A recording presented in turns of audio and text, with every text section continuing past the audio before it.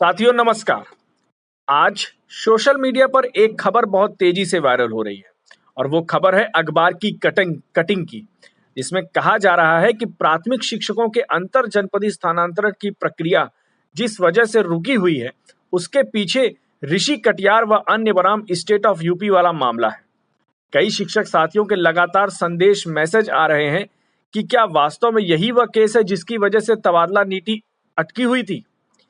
आइए इस पूरे मामले को तथ्यों के आधार पर समझते हैं।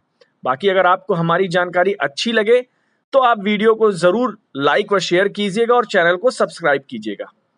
सबसे पहले आपको यह जानना आवश्यक है कि अखबार में जिस याचिका का उल्लेख किया गया है वह है ऋषि कटियार एवं अन्य बनाम स्टेट ऑफ यूपी, जिसे माननीय न्यायमूर्ति पंकज भाटिया की एकल पीठ ने 31 जुलाई 2026 को ही खारिज कर दिया था। अर्थात यह कोई आज का आदेश नहीं है, यह आदेश लगभग 2 सप्ताह पहले ही आ चुका था और उस समय टीम ने इस विषय पर भी पोस्ट और जानकारी साझा की थी। अब सवाल यह है कि इस याचिका में मांग क्या थी। दरअसल याचिकाकर्ताओं ने सरकार द्वारा जारी की गई जिलावार पीटीआर अर्थात छात्र शिक्षक अनुपात की सूची को चुनौती दी थी। उनका तर्क था कि शिक्षा का अधिकार अधिनियम यानी आरटी एक्ट यानी कि के अनुसार छात्र शिक्षक अनुपात विद्यालयवार और कक्षावार निर्धारित होना चाहिए, जबकि सरकार ने अंतर जनपदीय स्थानांतरण के लिए जिलावार पीटीआर तैयार किया है, इसलिए इस आदेश व सूची को निरस्त करना मांगा। लेकिन न्यायालय ने इस तर्क को स्वीकार नहीं किया। कोर्ट ने स्पष्ट रूप से कहा कि आरटी अधिनियम का उद्देश्य विद्यालय में छात्र शिक्षक अनुपात बनाए रखना है, जबकि स्थानांतरण नीति का उद्देश्य अलग है।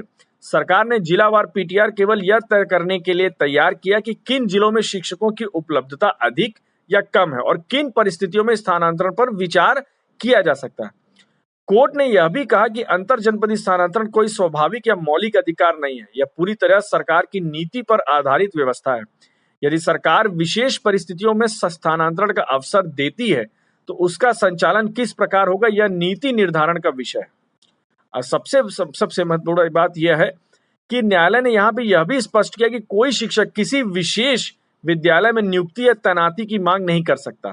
स्थानांतरण की प्रक्रिया जिला स्तर पर विचार करे जाने वाली व्यवस्था है, ना कि किसी विशेष स्कूल को चुनने का अधिकार। कुल मिलाकर मोटा मोटी कोर्ट ने ट्रांसफर को नीतिगत मामला मानते हुए इसमें हस्तक्षेप से निरकार कर दिया और यही कारण है कि कोर्ट ने याचिकाकर्ताओं की यह दलील भी अस्वीकार कर दी कि जिलावार पीटीआर सूची के कारण उनके अधिकार प्रभावित हो रहे हैं। न्यायालय के अनुसार स्थानांतरण जिला स्तर पर होना है, विद्यालय स्तर पर नहीं। इसी आधार पर नीति में हस्तक्षेप करने का कोई कारण नहीं बनता। अब आते हैं मुख्य बिंदु पे कि क्या इस याचिका की वजह से स्थानांतरण रुका हुआ है। हमारे हिसाब से नहीं, क्योंकि यह मामला पुराना है। यदि यह याचिका स्थानांतरण रुकने का कारण होती तो 31 जुलाई को आदेश आने की स्थिति पूरी तरह स्पष्ट हो चुकी है। यह याचिका तो बहुत पहले ही खारिज हो चुकी है।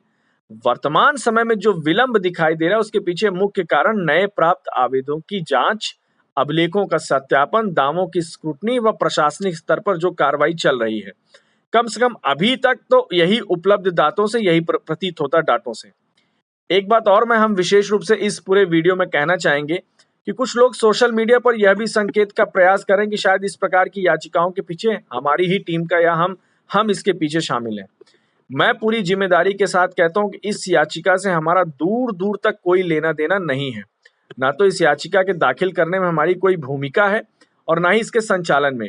यदि किसी भी व्यक्ति के पास ऐसा कोई प्रमाण, साक्ष्य या दस्तावेज है तो वो हमें बता सकता है, तो हम उसको सार्वजनिक भी कर देंगे। फिलहाल इस केस से हमारा कोई लेना देना नहीं है।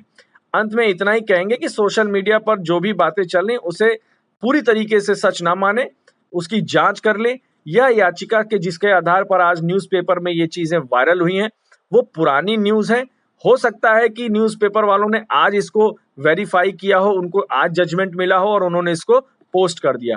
फिलहाल यह याचिका पुरानी है, खारिज हो चुकी है। करीब 2 हफ्ते से अधिक का समय बीत चुका है। बाकी टीम के पास कोई भी अपडेट इस ट्रांसफर से रिलेटेड, पॉलिसी से रिलेटेड कोई होगा तो टीम सबसे पहले आपको अपने पेज पर पोस्ट करेगी। बहुत बहुत धन्यवाद आप सभी शिक्षक साथियों।